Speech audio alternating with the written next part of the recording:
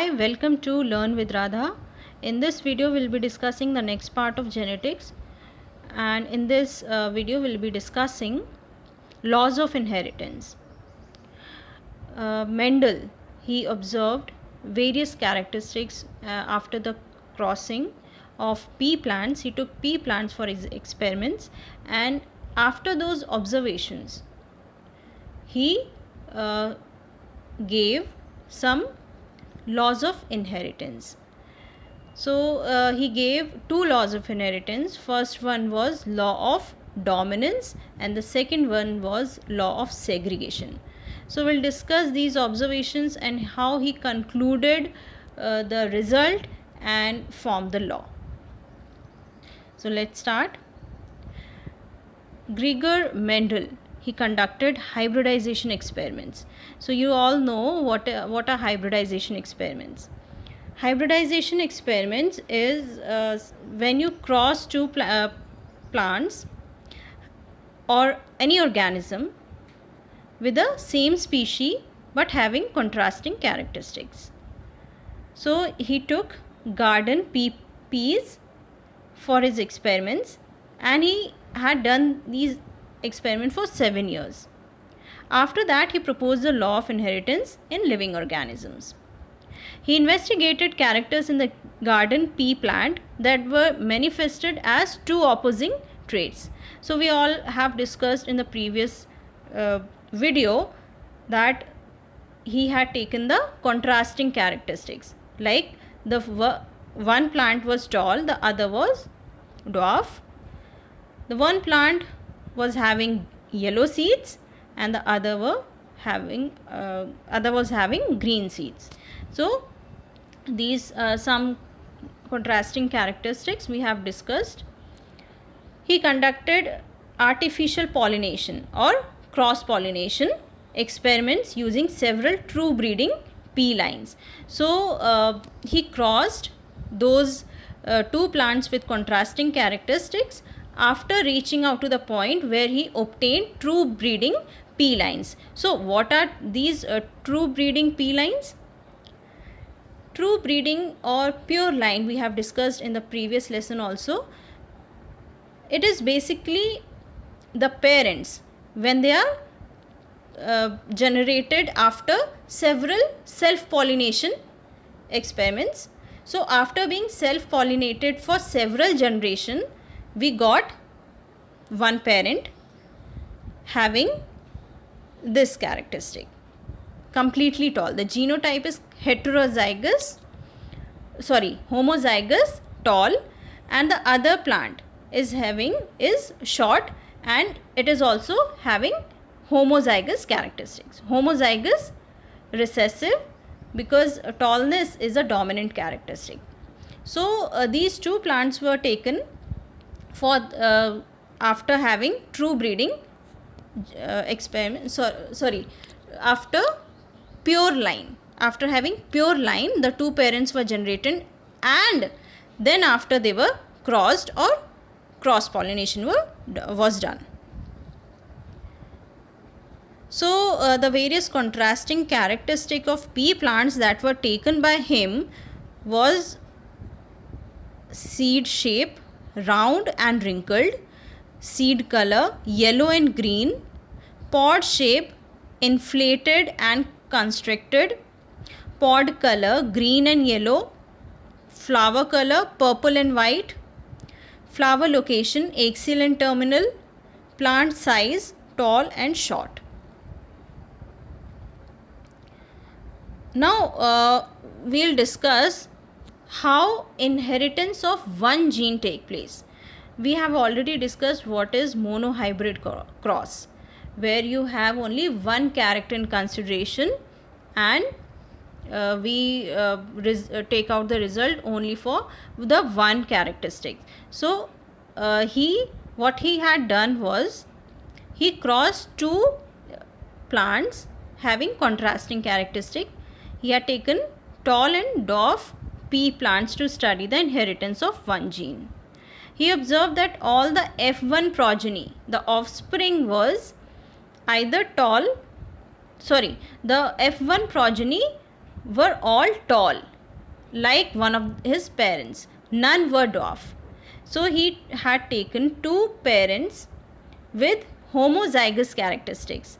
The first parent was tall, and that was homozygous, dominant, because tallness is a dominant characteristic, and that will conclude after having this experiment. So I am not telling you which characteristic was dominant and which characteristics is recessive.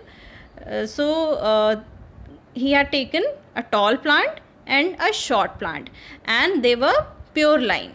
Pure line means the genotype was homozygous. Now the F1 progeny, the offspring, they were all tall plants.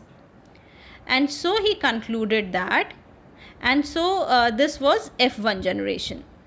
He concluded that the F1 always resembled either one of its parents, because the offspring, they were all tall. So he concluded that the F1 always resembled either one of the parents, and that the trait of the other parent was not seen in them. The other trait was the dwarf characteristic, which was not shown in the F1 generation or in the first generation. Now F1 generation was self-pollinated, and after self-pollinated, what he got, these recessive characteristics. These plants with small t and small t, they were all short, and other than these plants, these 4 plants, all were tall. So the observation here is the F2 generation, some of the offspring were dwarf. The character that was not seen in the F1 generation was now expressed. So we have seen that in F1 generation, none of the plant was dwarf, and in the F2 generation, we have found that there were some plants that were short, that were dwarf.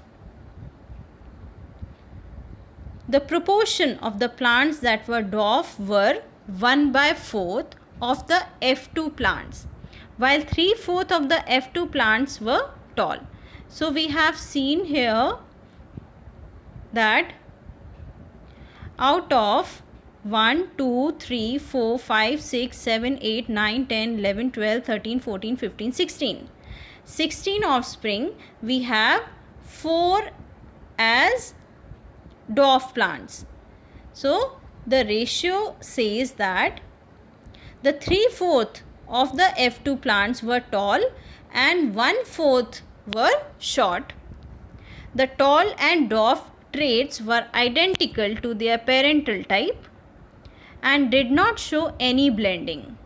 So the dwarf plant and the tall plants, they were identical to their parents and they did not show any blending. What is the meaning of this? So the plants were either short or tall. There was none of the plant were in between them with a moderate height. So they were either tall or short. That is, all the offspring were either tall or dwarf, none were of in between height. Conclusion here. Mendel proposed that something was being stably passed down, unchanged, from parent to offspring through the gametes. So what he found out is, he proposed that something was being passed down. Some of the genes, or he later termed that as factors, some of the things has been passed down from parents to offspring. And this has been done through gametes over successive generation. And he termed these things as factors. And nowadays we call these factors as genes. So what are genes? Genes are the units of inheritance that are passed on from parents to the offspring, and they contain the information that is required to express a particular trait in an organism. Genes which code for a pair of contrasting traits are known as alleles. That is, they are slightly different form of the same gene. So alleles, they occur always in pairs, and genes show their traits in the form of alleles.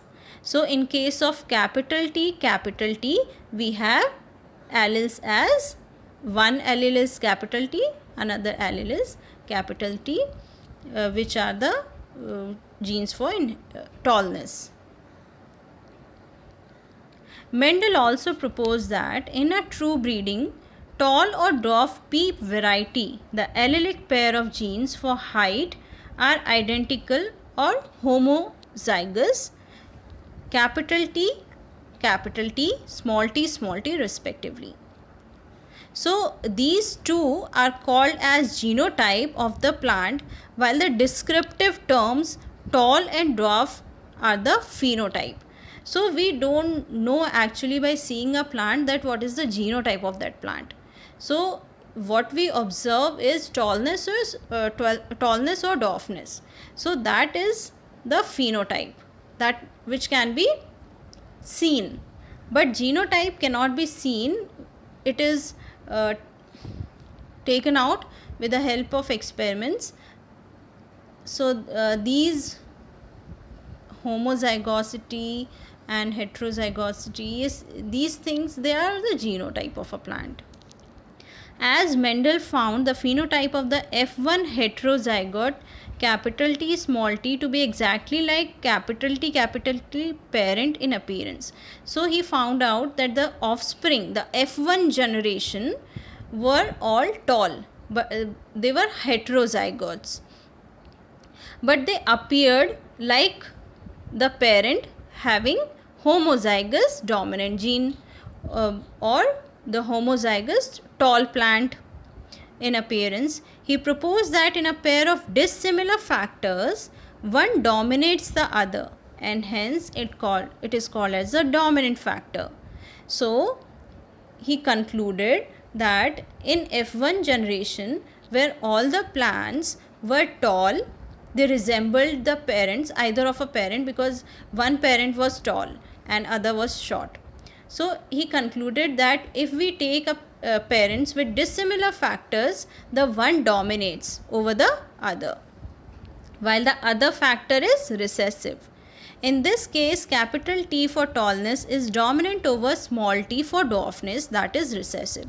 So here capital T, that is tallness of the plant, is the dominant character, and small t for dwarfness is the recessive characteristic. And dominant character expresses itself, while recessive characteristics, they are not being expressed.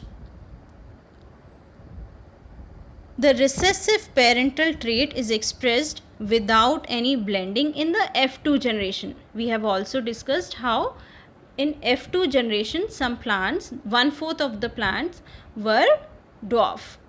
So the recessive characteristic, the dwarfness is a recessive characteristic.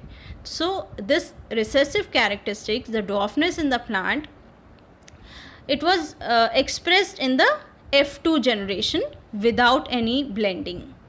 So we can infer that when the tall and the dwarf plant produce gametes by the process of meiosis, the alleles of the parental pair separate or segregate from each other, and only one allele is transmitted to a gene. So he concluded that there is segregation or separation of alleles, and that is how we get the recessive characteristic in the F2 generation. We have discussed this experiment. So the experiment was the F1 progeny were all heterozygous, but they were all tall, and when they were self-pollinated,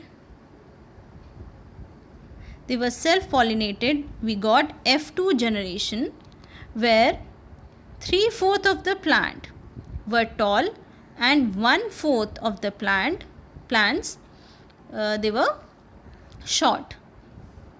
So here the phenotypic ratio is 3:1. Tall is to dwarf is 3:1. 3 were tall, 1 was dwarf. And the genotypic ratio is 1:2:1. Capital T is to capital T small t is to small t small t. Homozygous is to heterozygous is to homozygous recessive. Capital T is homozygous dominant and small t is homozygous recessive. So genotypic ratio was 1:2:1. So he concluded there would be some segregation of the alleles or segregation of the genes which led to the production of the offspring that were having some dwarf characteristics. Some plants were dwarf and which showed the recessive characteristic. This segregation of alleles is a random process, and so there is a 50% chance of a gamete containing either allele, as has been verified by the results of the crossing. So there was 50% chance of the gamete containing either of the allele. Some more observations are from the Punnett square. So this experiment, this is shown with the help of a Punnett square. This square is basically called as the Punnett square, and this was used to find out the observation done in the experiments. From the Punnett square, it is easily seen that 1/4 of the random fertilization led to the capital T. So we have discussed the genotypic and phenotypic ratio, where genotypic ratio is 1:2:1. 1 capital T, 2 were heterozygous and 1 was homozygous recessive. So this led to 1/4 of a random fertilization as capital T, half led to capital T small t and 1/4 small t. Though the F1 have a genotypic of capital T small t, but the phenotypic character is seen as tall. We have discussed this earlier also. At F2, 3/4 of the plants were tall and 1/4 where some of them are capital T, while others are capital T small t. So the phenotypic ratio was 3:1. 3 were tall, 1 was dwarf. But genotypic ratio was 1:2:1. So externally, when we see a plant, 3 plants were tall and 1 was dwarf. Externally, it is not possible to distinguish the plant with the genotypes. Hence, within the genotypic pair, capital T small t, only one character, that is the tallness, is expressed. Hence, the character T or tall is said to be dominate over the other allele or dwarf character. So capital T was dominant, so it is expressed in heterozygous condition also. This is the heterozygous condition where capital T is a dominant character. Tallness is a dominant character, and so in F1 generation and also in F2 generation, the tallness of the plants dominates, and so the plants having this genotype, they were all tall. The 1:4 is to 1 is 1/2, 1/4 is to 1/2 is to 1/4 is actually 1:2:1. It is the genotypic ratio. And so in mathematical expression, we can also express it like in this way: half were capital T and half were small t, and we square them. What we got was this 1 by 4. So mathematically also we can express it like this, and it confirms that there is a mathematical relation to it. The hybridization experiments have some mathematical resemblance. Mendel self-pollinated the F2 plants and found that dwarf F2 plants continue to generate dwarf plants. Why? Because they were having they were recessive, they were homozygous recessive, and they continued to produce the dwarf plants in F3 and F4 generation also. So he concluded that the genotype of the dwarf was homozygous. Now what were the conclusion? He concluded two laws. The first law is law of dominance. In law of dominance, we have characteristics which are controlled by discrete units called factors, and Mendel termed he had given this term factors, which are passed on from, these are the traits or the characteristics which are passed from parents to the offspring. Factors occur in pairs. In a dissimilar pair of factors, one member of the pair dominates and the other recessive. So dominate is tallness was a dominant characteristic and the other was recessive. The law of dominance is used to explain the expression of only one parental characters in a monohybrid cross in the F1 generation and the expression of both in the F2 generation. So in the first generation, in F1 generation, only one characteristic of a parent was seen.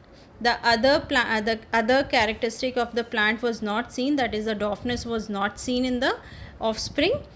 But in F2 generation, the recessive characteristics, the dwarfness was also expressed. So this says law of dominance, which explains the expression of only one parental characteristic which is dominant in a monohybrid cross in F1 generation and the expression of both the characteristics in the F2 generation. Second law is law of segregation.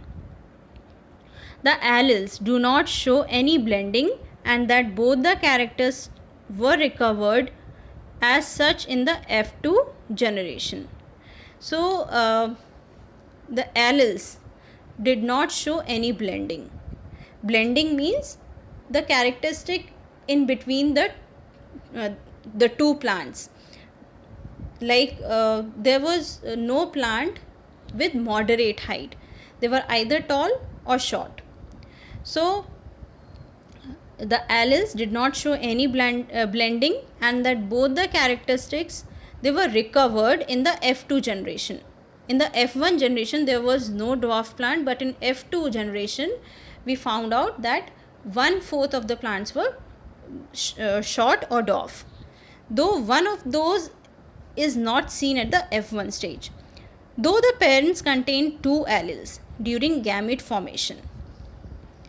The factors or alleles of a pair segregate from each other such that a gamete receives only one of the two factors. We know that the parents, they contain two alleles during gamete formation, and these factors, they segregate. These factors, they segregate because alleles, they always occur in pair, and these alleles, they segregate or they separate from each other, and the gamete receives only one of the two factors. Like if we have a parent with these alleles, they separate the gamete formation. When gamete formation take place, one of the alleles reaches to the gamete have only one allele, and this is how segregation of alleles takes place due to gamete formation. So this was all about this video. I hope you like this. Thank you so much for watching.